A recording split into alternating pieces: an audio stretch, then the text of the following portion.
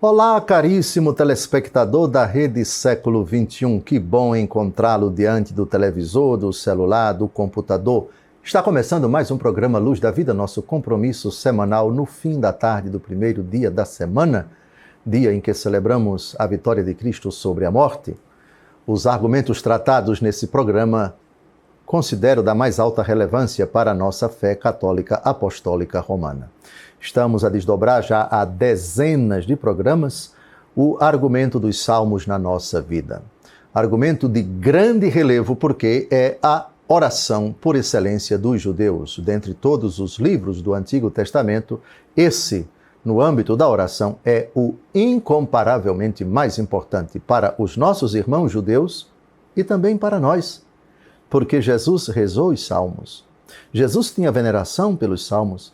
Jesus, em sua pregação, ele citou literalmente os salmos. Jesus agonizou na cruz recitando os salmos, o Salmo 21, o Salmo 30. A igreja primitiva também nutria pelos salmos uma imensa veneração. Na pregação dos apóstolos, nos escritos do Novo Testamento, são dezenas de citações dos salmos. Portanto, um argumento mais do que relevante, pontual, atual e necessário para nós desdobrarmos. No programa anterior, nós avançamos na definição e ilustração das categorias, das 10 categorias principais dos salmos. Segundo vários autores estudiosos da Bíblia, os salmos podem ser enquadrados em 10 categorias. E nós assumimos essa distinção.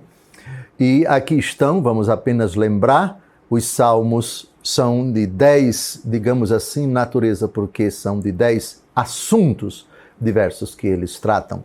Primeiro, salmos de súplicas, depois, salmos de lamentações, salmos de imprecações, salmos de oração de confiança, ação de graças, hinos, louvores à realeza de Deus, oráculos messiânicos, cânticos de Sião e cantos didáticos.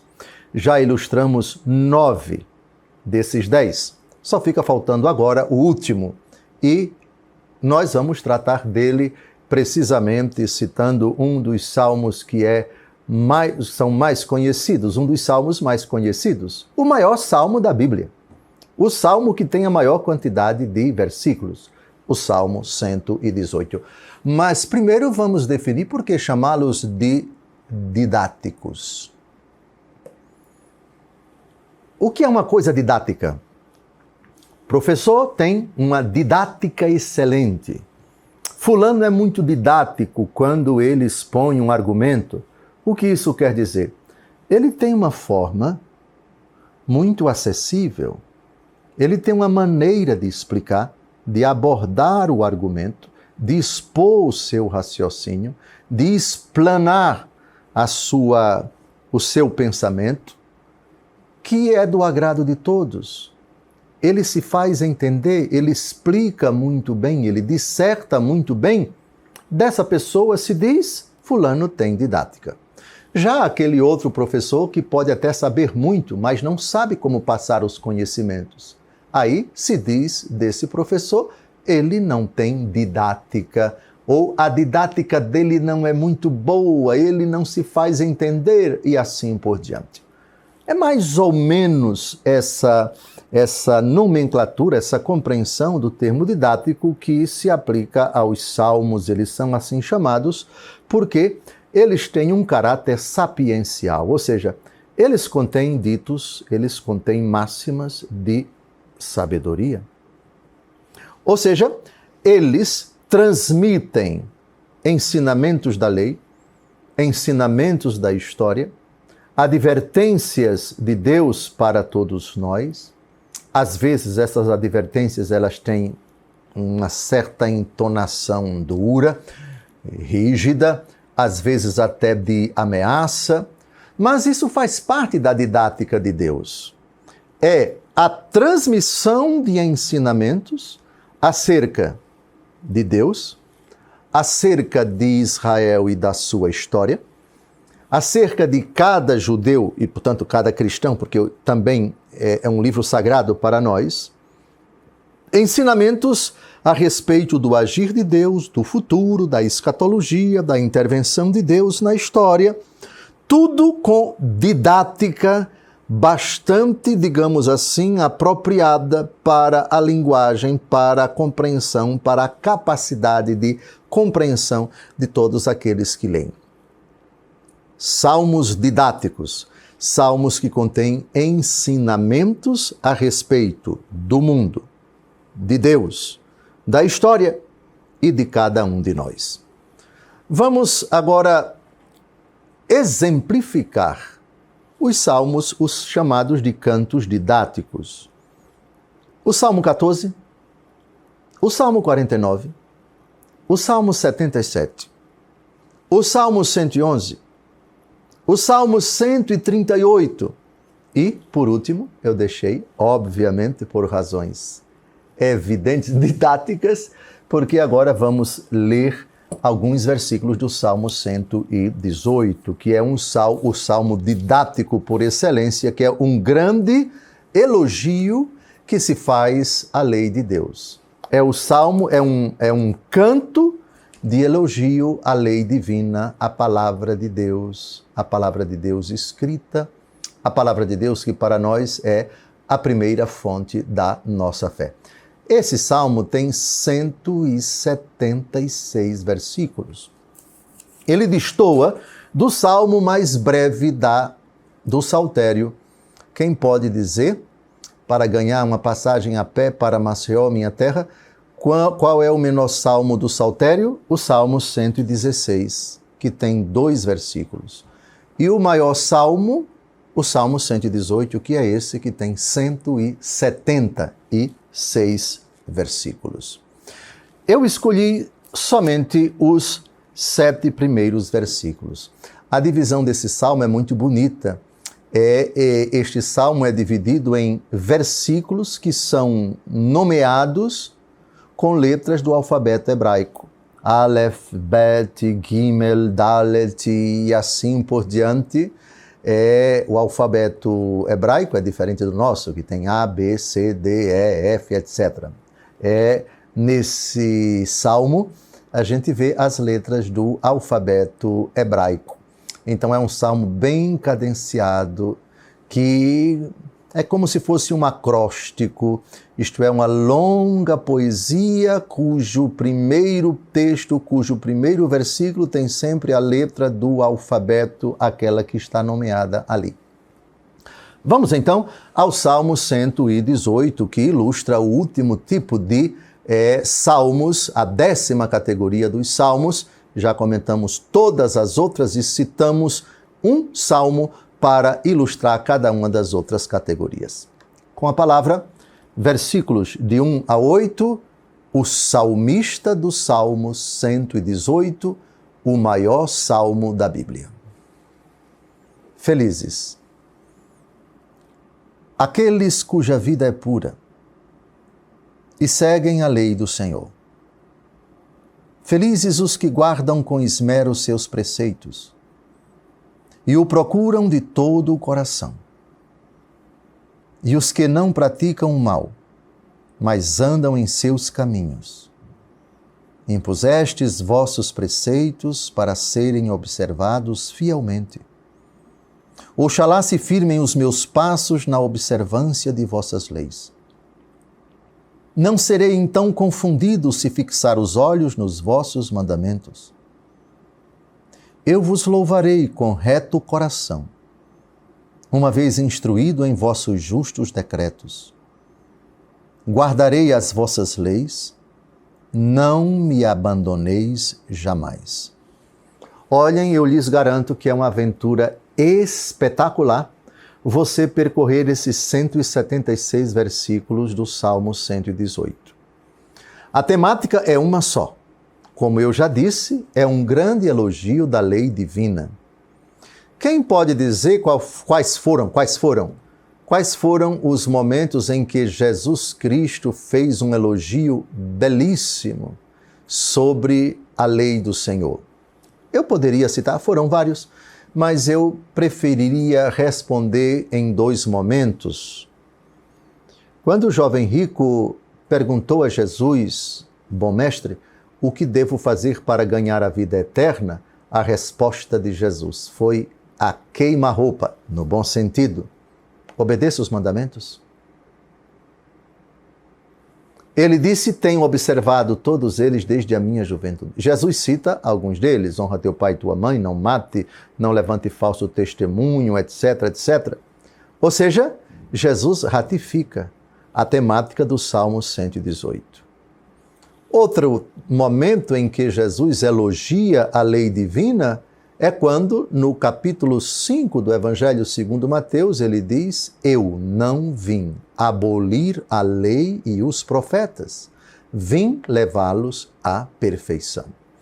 É absolutamente seguro, mesmo que os evangelhos não narrem, mas é absolutamente seguro você dizer que Jesus conhecia muito bem este Salmo 118. Palavras belíssimas nós encontramos nele a elogiar a perfeição da lei de Deus. As bênçãos que recebem aqueles que se dispõem a observar a lei do Senhor. É nesse salmo que nós encontramos precisamente lá no versículo 105, se não me engano, tua palavra é uma luz que ilumina meus passos, uma luz em meu caminho. Ou seja, quem se dispõe a viver da lei do Senhor, quem regula sua conduta pela lei do Senhor, nada está em trevas na sua vida, tudo fica claro, tudo fica iluminado. Esses 176 versículos mostram também, vários deles, do risco, do perigo, das consequências funestas de se desviar da lei divina, de ignorá-la, de desprezá-la, de fazer pouco caso dela. Ela é luz, ela é facho, como já vimos no versículo 105, ela é também proteção, ela é também segurança. Quem caminha na lei do Senhor não se desvia por caminhos tortuosos, não se deixa enganar pelo maligno, está realmente seguro praticando aquilo que agrada a Deus. Assim, ele não caminha por lugares tortuosos, enfim. Pois bem, está terminando o nosso primeiro bloco e ele terminou com o último salmo, a última categoria de salmos, os salmos didáticos. No próximo bloco vamos entrar no Catecismo da Igreja Católica e assim avançamos o nosso estudo introdutório dos salmos na nossa vida. Não saia daí, daqui a pouco a gente volta. Até logo mais.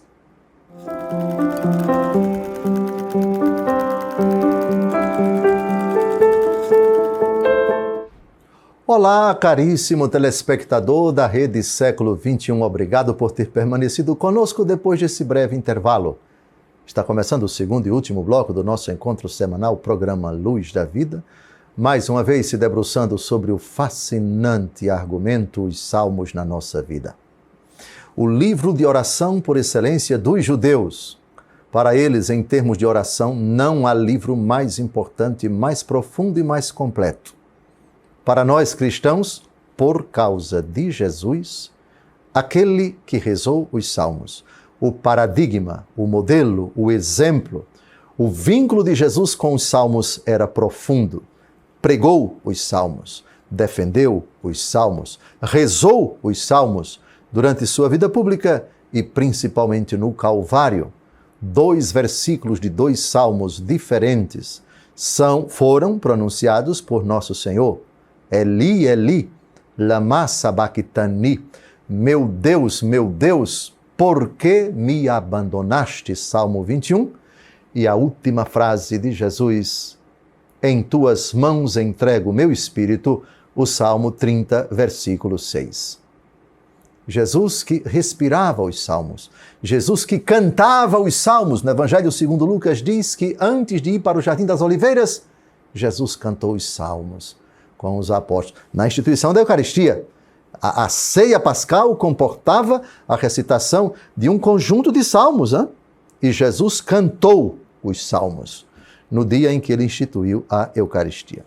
Isso é mais do que suficiente para nós nos debruçarmos avidamente sobre esse livro fantástico, que é uma referência indiscutível, intangível para nós cristãos quando o assunto é oração.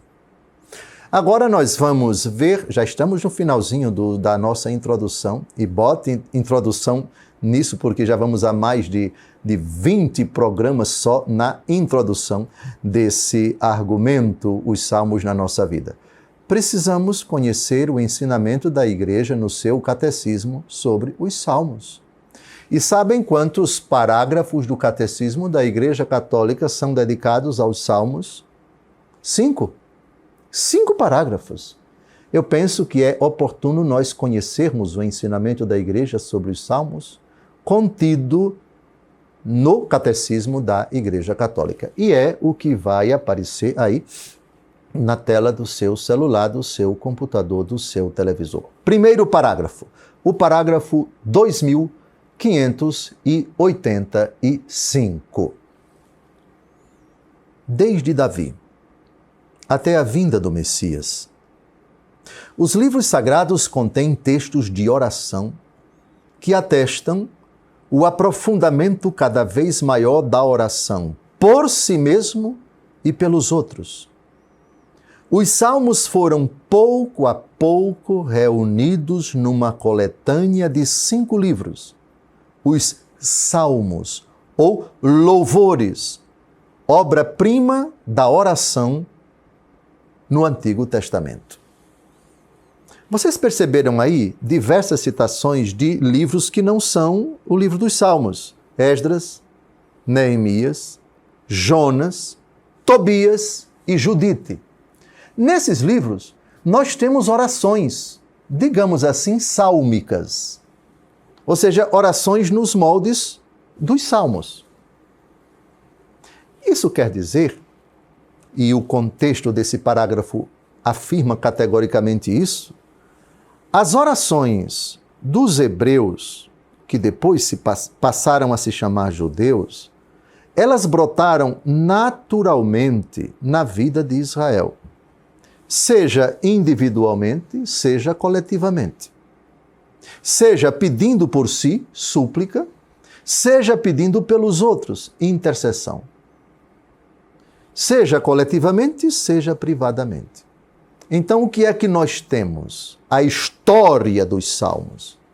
Nós temos um povo que reza. E a reza dos hebreus, a reza dos judeus, ora, eram rezas individuais, cada um rezava diante de Deus, enfim. Orações familiares, pequenos grupos de pessoas, a família se reúne para rezar, para agradecer a Deus, para louvar, para bendizer, para glorificar. Israel também se reunia na Kahal Yavé, na Assembleia, ou seja, na congregação, na reunião do povo. Antes da construção do Templo de Salomão, aqui nós já estamos no século X a.C., Davi é ano 1000, seu filho, 40 anos depois, começou a reinar. Davi reinou durante 40 anos em Israel. Então, aí nós temos ano 930, mais ou menos 950, que Salomão começa a reinar. Antes, Israel se reunia numa tenda, antes de entrar na terra prometida, a tenda da reunião.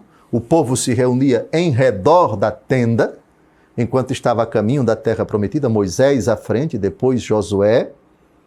E essas orações comunitárias, elas eram recitadas espontaneamente.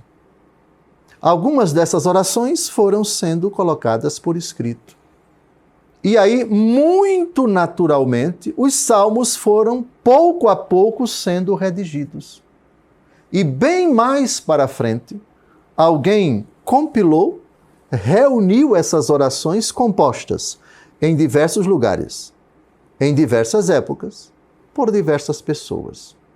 Em todo caso, o que hoje nós entendemos por saltério, os 150 livros, eles são resultado desse processo natural, espontâneo de vida de oração de um povo profundamente religioso.